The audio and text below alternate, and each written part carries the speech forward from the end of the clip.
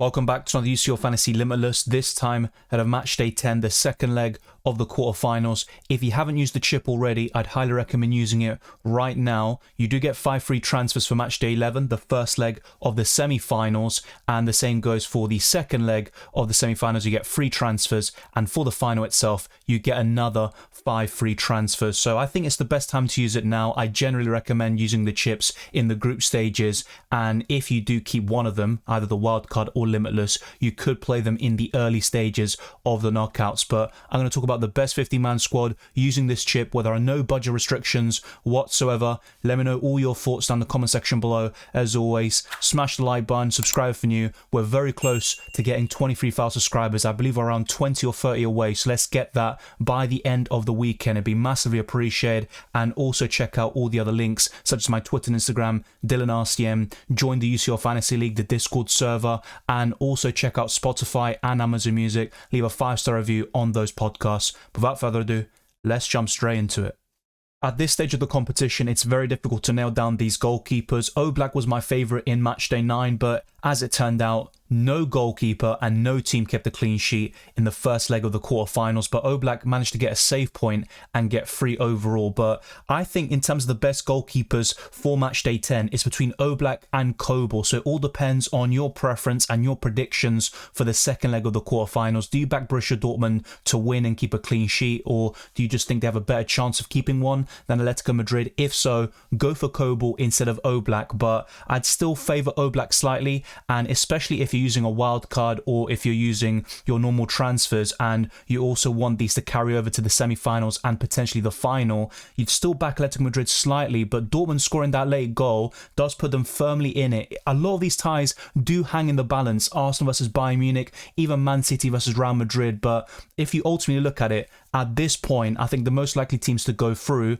are Man City, probably Barcelona and Atletico Madrid, but that could all change in a flash in the Champions League knockout stages. I have gone for Oblak, but let me know if you would rather go for Kobel instead, and of course budget is no issue whatsoever with the Limitless. The second goalkeeper will be playing on the Wednesday, and of course it does reverse, so those that played on the Tuesday last week are now going to play on the Wednesday. And going into Matchday 9, I was very pessimistic about the clean sheet chances for all of the goalkeepers involved. Raya, Lunin, now Ederson is back for Manchester City, and also for Manuel Neuer. But I'd probably pick the German if I had to pick one goalkeeper for the Wednesday. But I have to say, I don't think any of them will keep a clean sheet yet again. But Neuer probably has a better chance than David Raya, with Bayern Munich being at the Allianz, having that Champions League experience. I do give Bayern Munich the edge as a result, but it's all about what happens in Matchday 10. Which teams progress to the semi-finals isn't too relevant, but of course, if they get a positive result in the second leg, that will boost their chances in the process.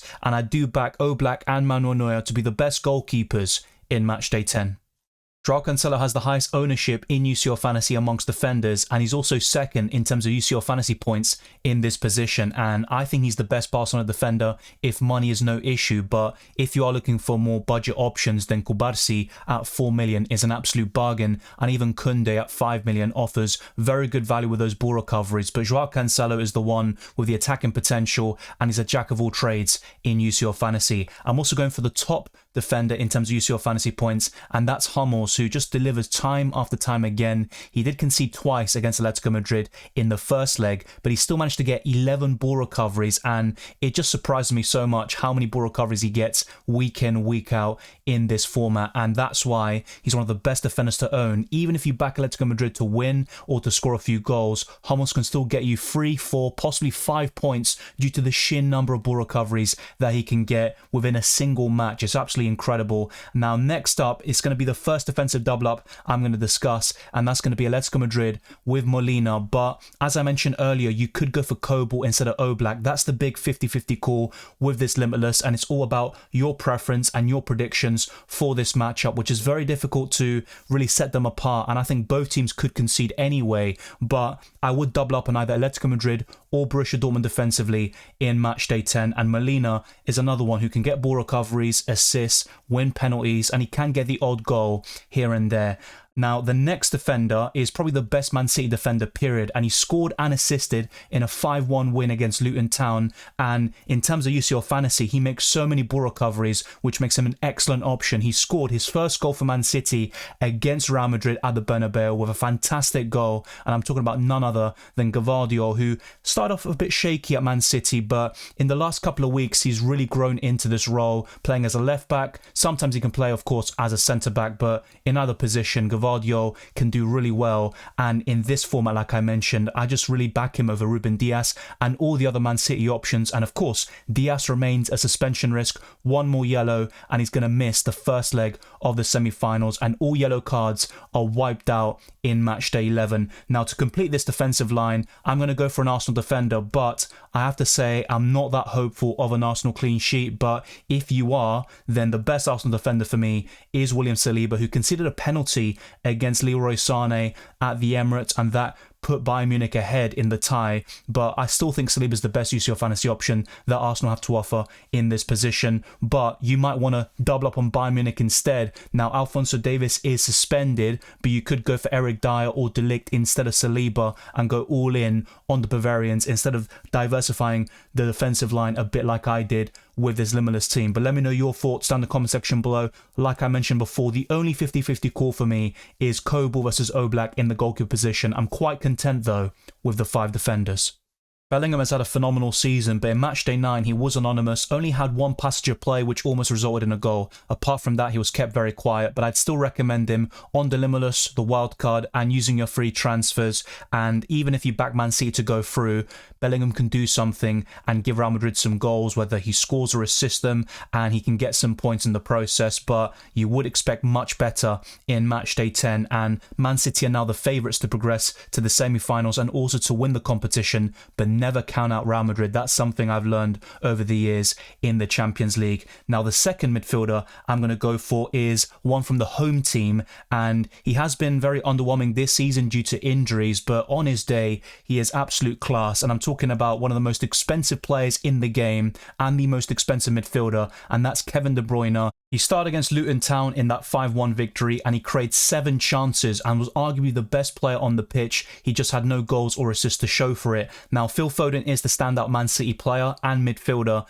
but Kevin De Bruyne would still be an ideal pick on the Limitless. He's quite difficult to get to with your wildcard or your normal transfers maybe, because you would have to sacrifice one of your forwards and maybe downgrade them to budget options or mid-priced options like Rodrigo. But on the Limitless, budget is no issue whatsoever, and it can allow you to go for these differentials. And De Bruyne is owned by 13% of the game. I actually owned De Bruyne for Matchday 7, and that was his only start and only return in the Champions League so far this season. He got 13 points, so we all know his high ceiling, and he could certainly deliver in that huge game against Real Madrid. Whoever wins that is the favourite to win the Champions League. Now, the third midfielder is someone who's been very poor this season. He hasn't scored in over 20 games, but at the Emirates, he was electrifying. His pace caused Arsenal all sorts of problems. He won a penalty, and I'm talking about Leroy Sané. But in terms of a better midfielder over the course of the season, showing better form overall, I think Musiala could be the pick. You could even double up on Bayern Munich in the midfield with both Sané and Musiala, but I would slightly favour Sané. He has a good record against Arsenal. He always causes them problems, and he was rested this weekend. He's going to play against Arsenal in Matchday 10. There's no doubt about it. And it's also worth mentioning that Gnabry and Coman are both injured, and they're going to miss that game against Arsenal. Coman picked up that injury over the weekend, and it seems like a very serious issue which could see him out for the rest of the season. But Sané, for me, whether Bayern Munich have injuries or not, Sané is always a danger man, and he's been very impressive in the Champions League over the years. Not so much this season, but he does have that big haul in him, as he showed in Matchday 1 against Manchester United. And the next midfielder is arguably the most essential right now, and that's Phil Foden. He offers great value at that price. He's a firm contender for player of the season in the Premier League. He's scoring and assisting week in, week out. He scored at the Bernabeu, a fantastic goal at that, probably the pick of the bunch, even though Valverde and Gvardiol have something to say about it. And Foden picked up the Player of the Match award, which, whether you agree if it's deserved or not, he is a Player of the Match machine, and he is just one of the best players on the pitch every single time he plays at the moment. And to complete this midfield, I'm going to go for another template pick in Saka. But if you are favouring Bayern Munich, or you don't expect Arsenal to do much at the Allianz, you could go for Musiala instead and double up on Man City and Bayern Munich in this midfield, but I have diversified things a little bit. 2 Man City midfielders, 1 from Real Madrid, of course 1 from Bayern and 1 from Arsenal. There's none from Barcelona, PSG, Atletico Madrid and also Borussia Dortmund. You could consider some differentials from these teams, but in terms of UCL fantasy prospects, their ceiling, I don't think any of them get close to these 5 midfielders on screen. Harry Kane is the top player in UCL Fantasy this season with 61 points. Foden trails him by just a solitary point, but Kane has a great record against Arsenal. He was quite anonymous in terms of the final third against the Gunners, but his range of passing caused them issues, and he linked up very well with Sane and Gnabry, and he also scored that penalty. As soon as Bayern Munich were awarded that, I just knew he was going to score, and as soon as I saw the tie was announced, or Harry Kane going to Bayern Munich, I had that feeling he would play against Arsenal and score a penalty. It's what he does. I think 8 of his last 11 goals against the Gunners have been from penalties, but at the Allianz he can score from open play, and he's going to be the big one to look out for, and I think it's almost inevitable that he will score in that game, irrespective of how good Arsenal are defensively and as a unit this season. Now, there are 2 forward slots left, and it's very difficult to narrow this down because Griezmann, who I mentioned in the last Limitless video, was incredible and got 9 points in Matchday 9, but I'm not going to go for him this time round, and instead I will back Erling Haaland since he's at home. He did score finally against Luton Town and also forced an own goal by Hashioka, but he has been a bit poor in the last couple of weeks, I think, and even this season he has missed so many big chances, but he's always a threat. His positioning is one of the best in world football, and on his day Haaland scores every single chance that comes his way, and I would back him to score against Real Madrid this time round. I sold him in Matchday 9 because I thought he'd blank at the Bernabeu, but now I'm looking to buy him back since Mbappe, his replacement, was also very disappointing, and Mbappe is still worth considering. I'm not ruling him out completely, but I would rather go for Vinicius Jr., who has been so consistent in the Champions League this season, and he got 2 assists against Man City in the first leg, and he was one of the best players on the pitch as well. Rodrigo also has a good record against the Citizens, but I would back Vinicius Jr.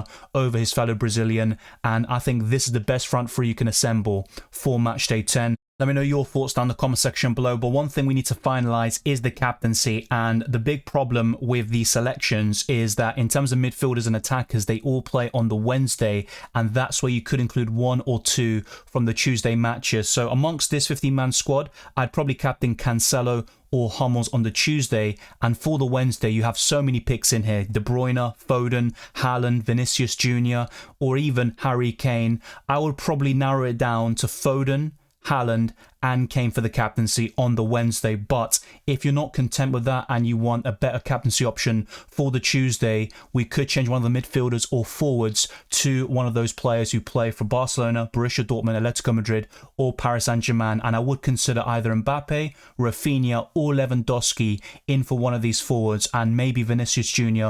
would be the one to drop out. And I've got a good feeling actually from the Tuesday players about Robert Lewandowski. He has a great Champions League record, even in the knockout stages, and he's been very consistent since Xavi announced that he's leaving at the end of the season. Another possible change would be Oblak out for Kobel, depending on if you back Borussia Dortmund slightly more for the clean sheet since they're at home this time round. So there's a few things that are up in the air, but overall I'd go for a foundation like this, and if you can go for a balance of 8 players on the Tuesday and 7 on the Wednesday, that would be ideal, but not absolutely fatal or absolutely essential to do. So be sure to let me know your thoughts down in the comment section below. Who would you captain, and which Tuesday players do you think could be very underrated? It doesn't have to be Lewandowski, it could be Rafinha, maybe Yamal in the midfield, or do you back PSG to make a comeback and for Mbappe to be the star of the show? Thank you very much for watching this video and listen to this podcast. If you enjoyed it or found it useful, then be sure to smash the like button and subscribe for new. Let's get this to over 200 likes and let's keep on pushing towards 23,000 subscribers, which we're going to reach by the Tuesday deadline stream. You can also follow me on Twitter and Instagram, DylanRCM, for less FPL and UCL Fantasy updates. Check the Discord server, also join the UCL Fantasy League, and leave a 5-star review on Spotify and Amazon Music. Consider becoming a patron or a channel member, patreon.com/DylanRCM, and clicking the join button on YouTube. I wish you all the best of luck for Matchday 10 and the rest of the season, and I'll see you next time.